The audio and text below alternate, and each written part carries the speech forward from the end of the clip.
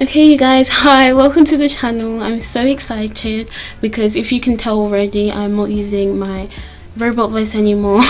Don't think I'm going to use it for some time now because honestly I think like I enjoy using my real voice instead. So I did buy a mic and I did ask you in some of my previous videos if you guys wanted to see my real voice in my videos because I thought why not, it's a brand new year and I just thought why not, it's exciting, it's something new, and so that's what I did. So the mic finally arrived and yeah, I'm so excited. So a lot of my videos are coming, there's so much fun content coming up, they are going to be with my real voice, so I'm very excited for that.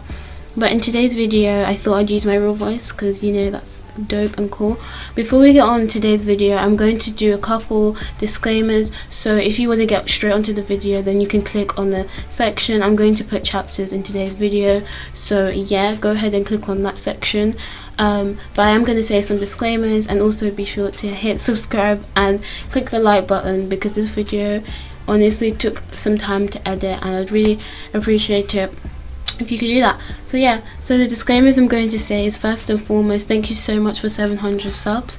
Thank you all so much, every one of you that hit subscribe. I love you all so much, and thank you Yejins, I really appreciate you. I do want to hit 1k at some point, so yeah, I really love to hit 1k. That's like my biggest goal at the moment, and I feel like I'm getting closer to that and I'm so happy. So it comes down to you guys, thank you.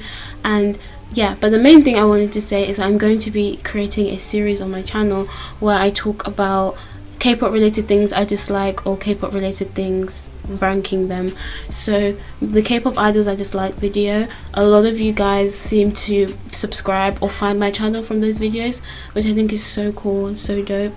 So I thought, you know, these videos are very like popular on my channel, they're one of my most viewed videos, so I thought why not make this into a series. And obviously the videos will be innovative and different. I want to make my videos innovative and interesting and fun, so they're not going to be repetitive, but I thought I'd make it into a series, so I thought I'd tell you guys that. So yeah, and then the second thing is I also left a video, like I would say maybe almost 2 weeks ago, asking you guys to leave some like questions on the Google form that I linked in the description box, and so many of you guys answered them. I got so much. I left it up for like 2 days, so if you didn't see it for whatever reason, then make sure to hit the bell if you're subscribed. If you're not subscribed, well, hit subscribe.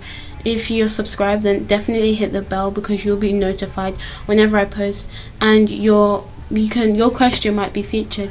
But yeah, so that video, I'm in the process of making that, so it'll be up really soon. This will probably be the first video that I put up with, you know, using this really nice mic. Also leave below where you guys thought I was from.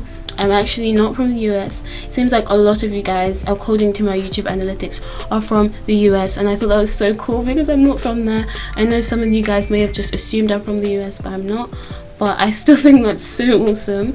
So leave below where you thought I was from, and also leave below if you're excited today's video. Make sure to comment your own opinions on the companies I'm going to mention today, and also yeah, just stay tuned for that. And if you are new to my channel, please be sure to hit subscribe and click the bell because you'll be notified whenever I post. And yeah, I think that concludes everything that I would like to say, so I think let's get on with today's video. Okay you guys, so the company I'm going to talk about first is YG Entertainment. Now YG are a big three they're a big three company, and they are home to Blackpink, iKON, Winner, 21, Big Bang and Treasure, and so many other groups. They also have a sub-label called the Big Black Label or something like that, and Somi is under that company and some other artists, but I don't really know who they are, I'm sorry. But yeah, so basically that's the company we're going to start off with first. The main reason I'm going to start off with YG is because I feel like they're the easiest. When I was planning out today's video, I was thinking like which company would be the easiest for me to rank. So I'm going to be using a tier list that I found online, and basically you can just like rank them and stuff, so it's going to be on the screen. But basically I've decided to rank YG on the bottom tier. The bottom tier will be companies that are really like crappy and corrupt, and then the top tier will be the companies that have some sort of like ability to them, so they may treat their idols decently, or they might provide mental health support, which is a very important thing, and not a lot of companies do that. And basically just companies I feel like are just a little bit better than the companies that I'm going to use in today's video. So YG is going to be at the very bottom, and the reason is a lot of things have happened with this company. So if you guys don't know, you're not up to date with K-pop news, or you're a new K-pop fan, or you kind of just live on the rock, I mean, fair enough, or you're just a casual K-pop listener, then sometime in 2019, it was like early 2019, Seungri, an ex-member of Big Bang, was accused, not even accused, exposed of basically being a really crappy person. It turned out he is a face of this club called the Burning Sun, which is why the scandal is called a Burning Sun, the Burning Sun scandal. And he was accused of basically doing such horrific things. Before I go further, this trigger warning, there's a lot of sexual misconduct and a lot of things that might be very triggering and upsetting. So yeah, basically, to keep things short, I'm going to leave some links in the description of the whole rundown of the situation. But I'm just going to say a very short and concise summary. More or less, Seungri was the face of this club, and he visited the club on frequent occasions, and he was basically just being horrible. And I'm not talking about horrible, but like literally to the point where there would be women that would come to these clubs and they would drink, because this is a club, there's alcoholic beverages, and it would turn out that he would be the woman would become so intoxicated to the point where they couldn't even stand up. They would literally be so limp, and these men, these businessmen or whatever that would be frequently come to these clubs, would take advantage of these women and use them for horrible things. You know, I'm not going to go into depth, but they would use them more or less like, you know, like use them for sexual pleasures, or for trigger warning, you know, horrific sexual things without the women's consent. And I actually believe there's a YouTube video online somewhere of CCTV footage of a woman actually being dragged by these men. It's truly sickening, and if you guys want to watch that, then you can do your own research, but viewer discretion. It's very, very sickening. And honestly, the scandals, it's almost been 2 years since the whole news broke out, and honestly, I'm still not over it. It was truly distressing, and I was actually a relatively new K-pop fan around that time, so when I found out about the news, I was really shocked. I mean, obviously scandals are nothing new, they happen in the Western industry as well, but I feel like for K-pop, it was really crazy, for me at least. So yeah, this was a big scandal. This wasn't like a dating scandal, which is not even a scandal in my opinion. This was a really big thing, and that was honestly one of the reasons why I couldn't put YG any higher. They have had a lot of better management. Blackpink are definitely managed better now since 2020, since the CEO stepped down. Management has been better, but if I'm going to be real, if the management continues to improve, then I could see them, you know, being higher on this list if I do an updated version in the future. But I think for now they're going to be on the bottom tier, but they get brownie points for being, you know, a little decent in 2020. Also the BI situation as well, which is absolutely crazy. I could go on a tangent about that. He definitely did not deserve to be kicked out of YG. But yeah, so that's where I'm going to rank YG. Leave below where you guys would rank them. After that, BI was accused of taking like drugs. I don't know if he took them, but he was texting this girl called Han Soi, which is like this woman who has nothing to do with her time, and she's basically exposing idols, but instead of exposing like the bad idols like Seungri, you're exposing idols that are not horrible people. At least I'm going to hope so. But basically, he was accused of taking drugs, and in Korea, like, there's certain drugs or certain medication that's illegal. So I'm assuming these drugs were like really illegal, and he was like Twitter conversations between BI and Hansoi were released, and it's kind of like considered illegal in Korea to like want to smoke weed and stuff. So then he got a lot of public scrutiny, but because this whole scandal happened, like I think it was like 3 or 4 months after the whole Seungri scandal, BI was kicked out like literally straight away. And honestly, in my opinion, I feel like he didn't need to be kicked out. You know, leave below your own opinions, but I feel like he didn't need to be kicked out. Like, what he did was wrong, but I don't think it was necessary.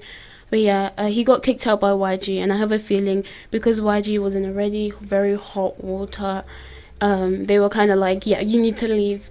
But it's crazy because BI played such an integral role in iKON's brand and their music, most of their music was produced by BI or Hambin, and it's really crazy because I feel like Icon's songs don't really hit the same anymore, and I haven't really listened to them very much. Their song Love Scenario was literally produced by BI and ended up winning a ton of awards at award season. And I just feel like it wasn't wise of YG. I definitely think, like, even though it was illegal, I don't know how Korean politics goes. I feel like it was really a shame that he got kicked out. And then there's so many other scandals I could talk about, like the Jenny Lazy scandal, which happened the year before, and so many other things. But overall, like, YG was in shambles. 2019 was not a good year for them. It really was detrimental to their image, and I feel like they have yet to recover that. 2020 was a lot better for YG in terms of management wise, and Blackpink finally came back more than once.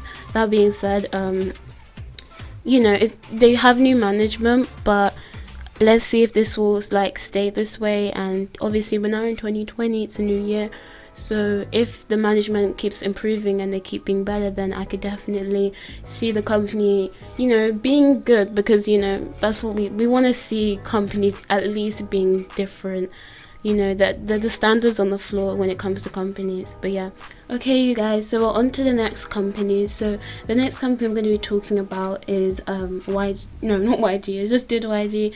We're going to be talking about JYP Entertainment.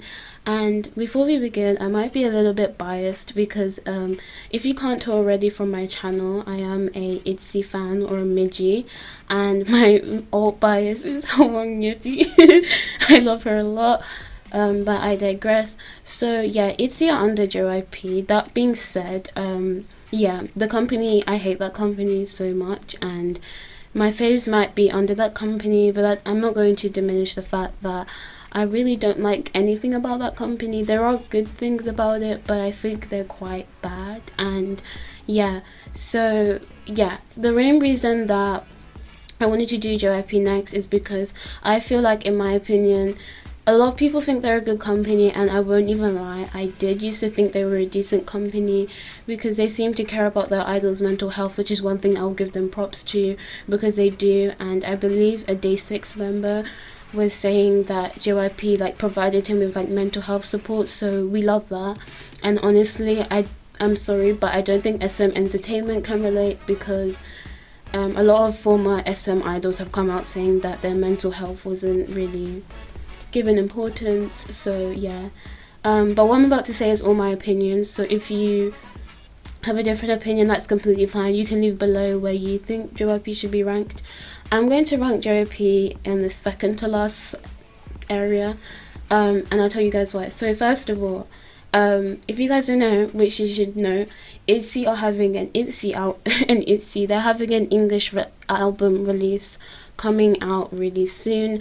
I believe it will be on the 25th of January, so this video will definitely be out before then, so please be sure to check out the songs when they come out. Basically, Dala Dala, IC, Not Shy, and Wannabe are all gonna have English versions, so be sure to check them out, and I'm definitely going to be listening to the songs and streaming them. I digress. But basically, ITZY are under a division. JYP have this division system, which is honestly a bunch of rubbish. It's crappy, and they need to get rid of it. It really doesn't work, and the division system is basically where each group will have their own division. It's not their own, because some groups will share a division system, but they'll have their own division system where there'll be staffs that will just make ITZY content, or staff that will make Twice content, or staff that will make Stray Kids content.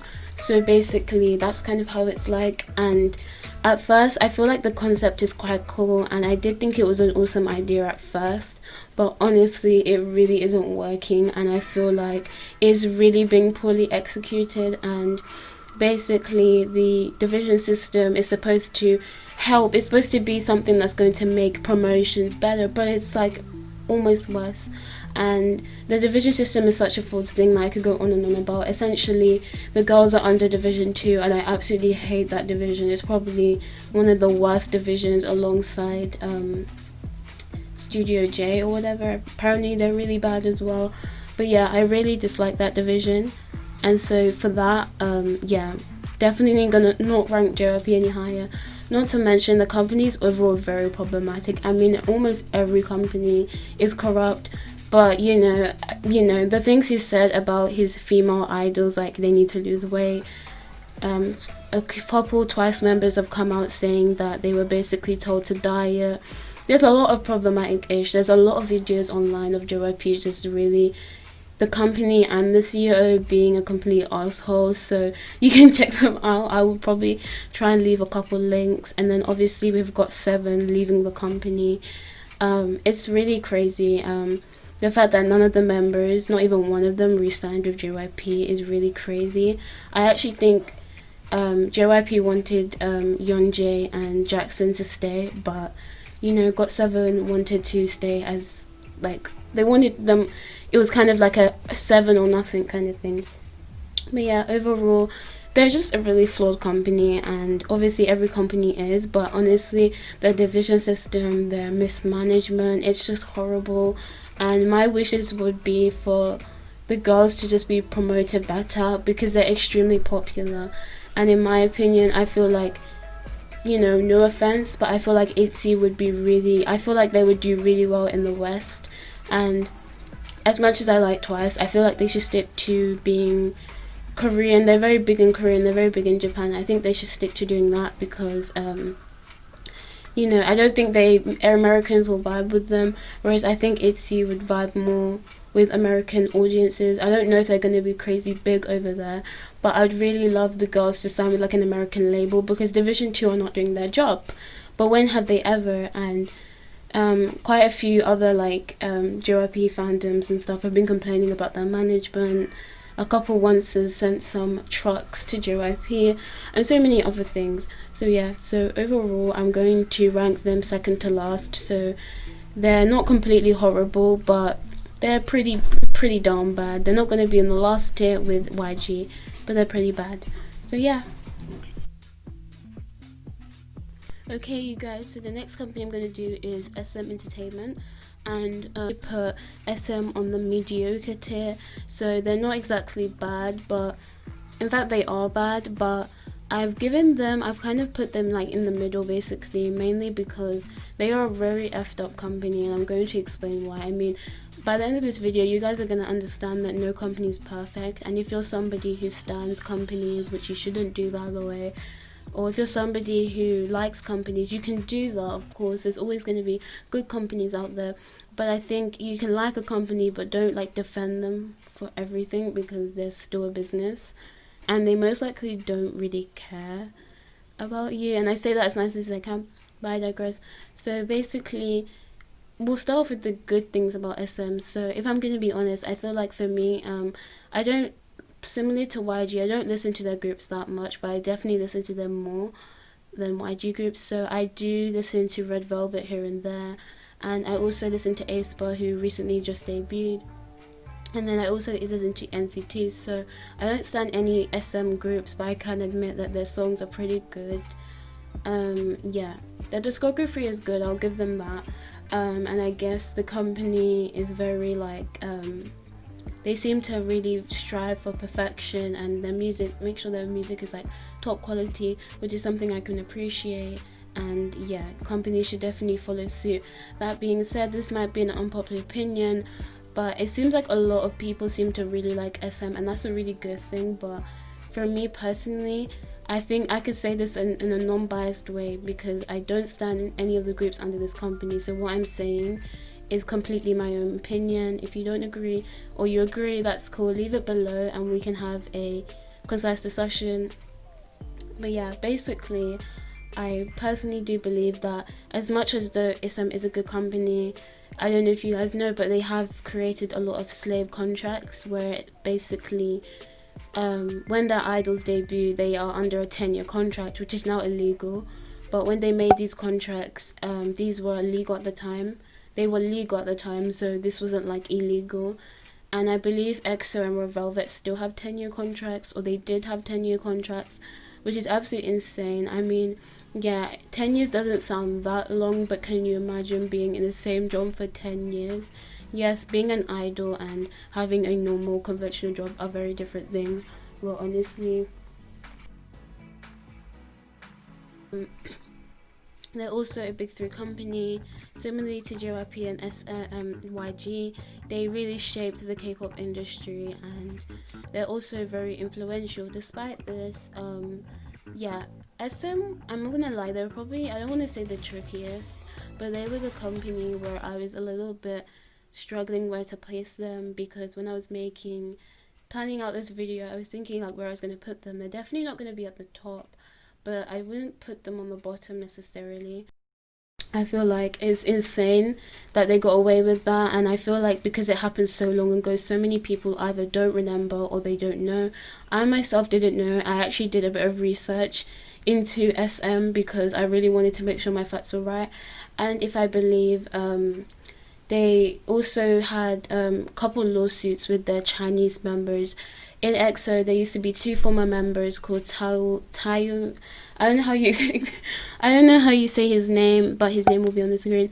And then they also had this guy called Lei as well, and they were both Chinese.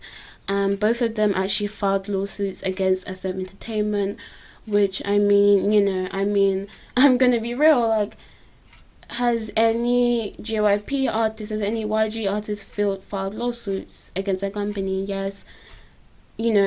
I don't know. I'm just gonna be real with you guys. That was really interesting, and if I recall, I know that Teo, or however you pronounce his name, filed a lawsuit because SM basically forced him to perform despite being like severely injured, which is really horrible, to be honest with you.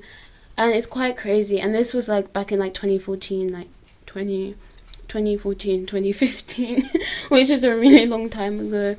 And I think it's just really crazy that this all took place. And there's so many things I could say about this company, but those are like the main ones that really, really, really made me indecisive over where I was going to place them. But I think that was really wrong. They have so many other things, like, as a person of color, as somebody who is an ethnic minority, quite a few SM artists have done problematic-ish, being what Chen's done, Wendy's Black Girl Imitation, which is just wrong on so many levels, and so many more.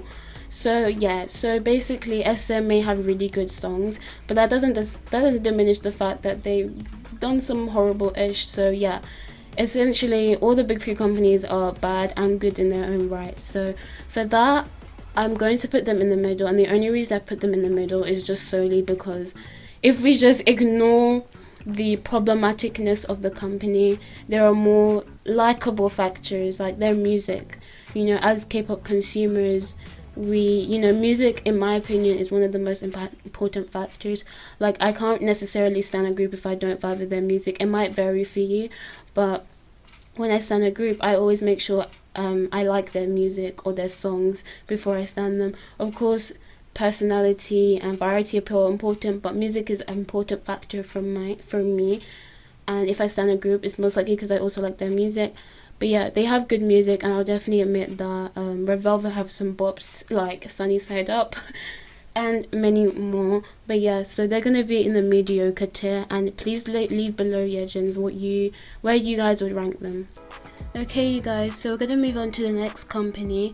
So we're going to do Bighit. So like I said earlier, Bighit are basically kind of like they're kind of like seen as a unofficial big three company. So they're not part of the big three technically, but a lot of people consider them part of the big three just because they're very like popular. And basically every group that debuts under Bighit is considered very popular. That being said, I personally aren't going to consider them big three just because, like, they're very popular, but they're definitely not big three. So yeah, that's where I would go. But despite this, with Bighit, I did a lot of research for this. I just thought I'd tell you guys that because I don't know much about them aside from them being BTS's company. I'm going to give them some brownie points because if I recall, when BTS were a lot less popular, so back when they were kind of unknown in Korea, so I would say like pre-2017, because I feel like 2017 is when BTS blew up, or they gained a lot of popularity. Before then, Bighit was really like supporting BTS and stuff, so I'll give them props, I guess, for that. That being said, I feel like I'm sorry, but if you're an army and this doesn't apply to you, that's okay. But I do feel like a lot of armies seem to think that Bighit can do no wrong. And they do seem like a good company from a non-fan. I'm not a fan of BTS. Well, I'm not an army. I like their songs, and I don't really listen to TXT very much, but I did like their debut. And so, as somebody who's not really into any big hit group, I did research, and Big Hit, because BTS are the sole money makers in the company, or at least they were for the longest time. Hit would definitely had BTS as their money makers, and so because of that, I feel like BTS, I don't want to say were overworked, but they definitely were really like, there was a lot of things going on for them, and that's, overall, I just feel like I think Bighit is a decent company, but they've done a lot of shady things, and TXT even had like sasangs or something when they were like going like I can't remember what it was, but they've been exposed to a lot of sasangs. So Bighit definitely need a lot of work, and I do feel like they do overwork BTS, or at least they used to. Which, I mean, unfortunately, that's nothing new in the K-pop industry. But yeah, so I would probably rank BK in the mediocre tier. They are okay. They're definitely better than a few companies, but I would definitely not call them the best, like some armies can say they are. So yeah. Okay, you guys, so the next company that I'm going to talk about is, drum roll, I'm going to talk about Mamamoo's company, that is RBW. Now, RBW is honestly, I don't know how to explain their company. I personally really like Mamamoo, and I really enjoy their songs. I've actually talked about them on my channel several times. So if you're a Yejin, or you've been subscribed to my channel for a bit, you probably already know that. But basically, Mamamoo are a girl group, 4-member girl group, and their company is called RBW, and I would say their company is like solidly mid-tier. And I won't lie, as much as I do like Mamamoo, their company is pretty good. I think a lot of Moos, and if you're a Moo, you can let me know down below, a lot of Moos have said that the company doesn't really promote them very well. So I think that would be like my one verdict, my one qualm with the company, is that they don't promote them very well. And also I feel like I also think most of their tracks are produced by their CEO as well. And I would honestly really love for them to branch out and get new producers, because they have a really nice discography. But I feel like new producers would make their music even more versatile. So yeah, other than that, I have nothing negative to say. I think this is the first time in this video that I have nothing negative to say about this company. I think they're pretty decent. Obviously, there's not going to be any perfect company. That doesn't exist. But I think, yeah, they're definitely not as bad as all of the companies I've mentioned so far. So I would definitely put RBW on the top. They're not the best, they're the best of the worst basically. So that's what I would do them. Be sure to leave below in the comment section where you guys would put them. Okay, but the next company we're going to talk about is Pledis. Now, similarly, Pledis, I have a lot to say about this company. And honestly, before I even talk about them, they are going on the bottom for a number of reasons. But honestly, their treatment of Preston was honestly the reason why they couldn't be anywhere else other than the bottom tier.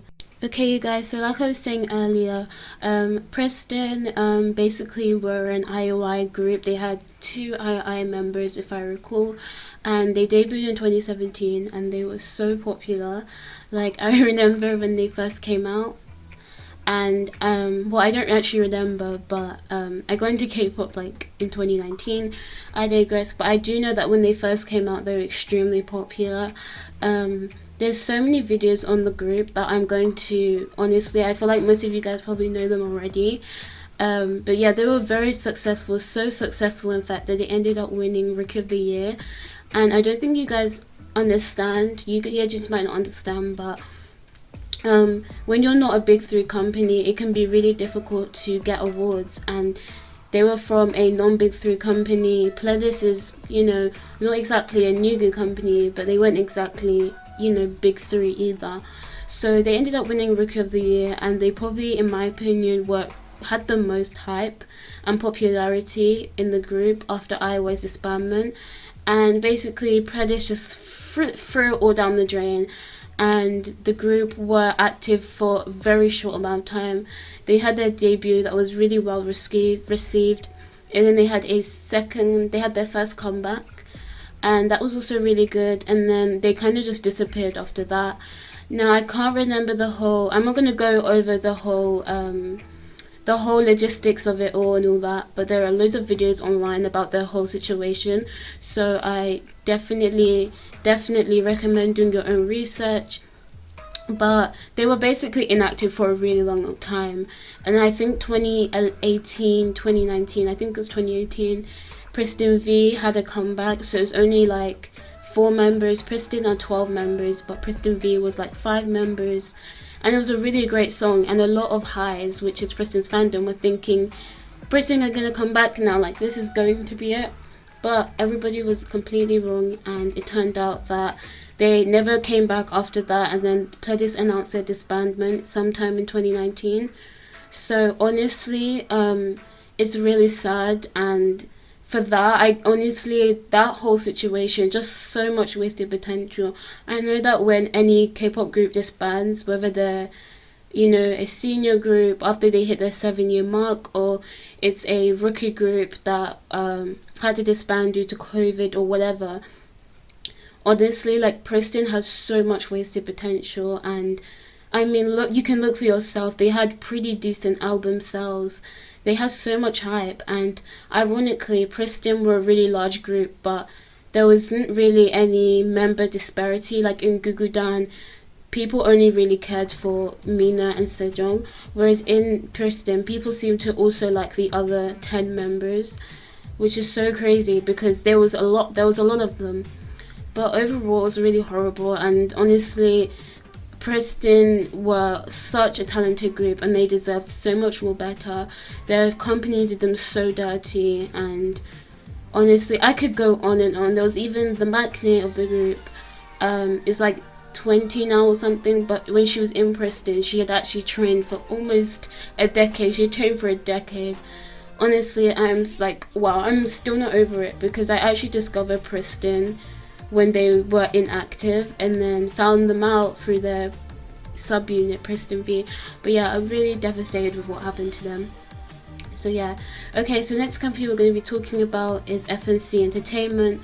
So I talked about FNC earlier in this video, and basically FNC, they're also mid-tier. They are home to AOA, Cherry Bullet, and other groups. Those are the groups that I'm the most familiar with, at least. And basically, yeah, there's a lot of messed up things about this company. So yeah, in terms of ranking wise, by the way, I forgot to mention, Pledis will be going on the second to last tier. They're really horrible, but they seem to be managing Newest and 17 decently, even before they merged with Bighit. FNC are going to be on the bottom tier, the horrible tier. Honestly, the AOA situation, I'm sure you guys already know what went down with that. The ex-member of AOA, Jimin, was found out, exposed, outed for bullying a former member. So not only was she bullying her, but it lasted for a whole decade. And Mina, the member who was subjected to this bullying, came out in May of 2020 and basically told the public what had happened. Since then, Jimin was kicked out, and Yuna from AOA also left, so that was really great. And more or less AOA are basically dead. They are probably never coming back. It's really a shame what happened to them, but I guess Jimin kind of ruined anything the group could have gained or benefited from. But yeah, so yeah, and not to mention as well, a guy that was actually in jail at the moment was under an FNC group, so I couldn't really put the company anywhere else other than the bottom tier. So yeah, they're definitely a really crappy company. It's a shame because so many of their idols, so many of their groups are so talented, but it looks like FNC just doesn't know how to do it. And don't get me started on Cherry Bullet. They are really, really, really, really lovely group. I really do like their music, but there's just not enough of it. And there's so many other 2019 rookies that have got at least one mini album by now, and Cherry Bullet having their first mini album. Like literally, they're having a comeback this month actually, so you guys should go check it out. It may be up by the time I'm uploading this video, but they're going to be having a comeback, and this comeback will be 2 years after their debut. They're finally having a mini album, which is so crazy to me, but I digress. Yeah, FNC needs to manage them better, not to mention there was like 3 members that ended up leaving the group. They 3 members and left very mysteriously, and fans still don't know to this day why exactly they left, but yeah. Okay you guys, so I think that concludes today's video. Thank you all so much for watching. Be sure to click like. I love you guys so much. If you aren't already, you should become a part of the Yejin fam. I think any of you guys that are already Yejins would agree that my channel is an amazing time. I'm going to be posting so much more frequently now. The reason I wasn't posting as frequently before was because I had like a load of software, and then also I was waiting for my mics to come. But now that I've got my mic, I'm going to be uploading so much. So for you guys to be prepared for that, make sure to click subscribe if you haven't already, and also be sure to watch all my other videos. Also leave a comment below where you would rank these companies. Where would you rank YG? Where would you rank Starship? And where would you rank RBW? Like, leave your opinions down below, and we can have a very fun discussion in the comment section. I love you all, and I'll see you all very soon. Also be sure to listen to ITZY's new English album that is going to be released on the 25th of January. Okay, bye!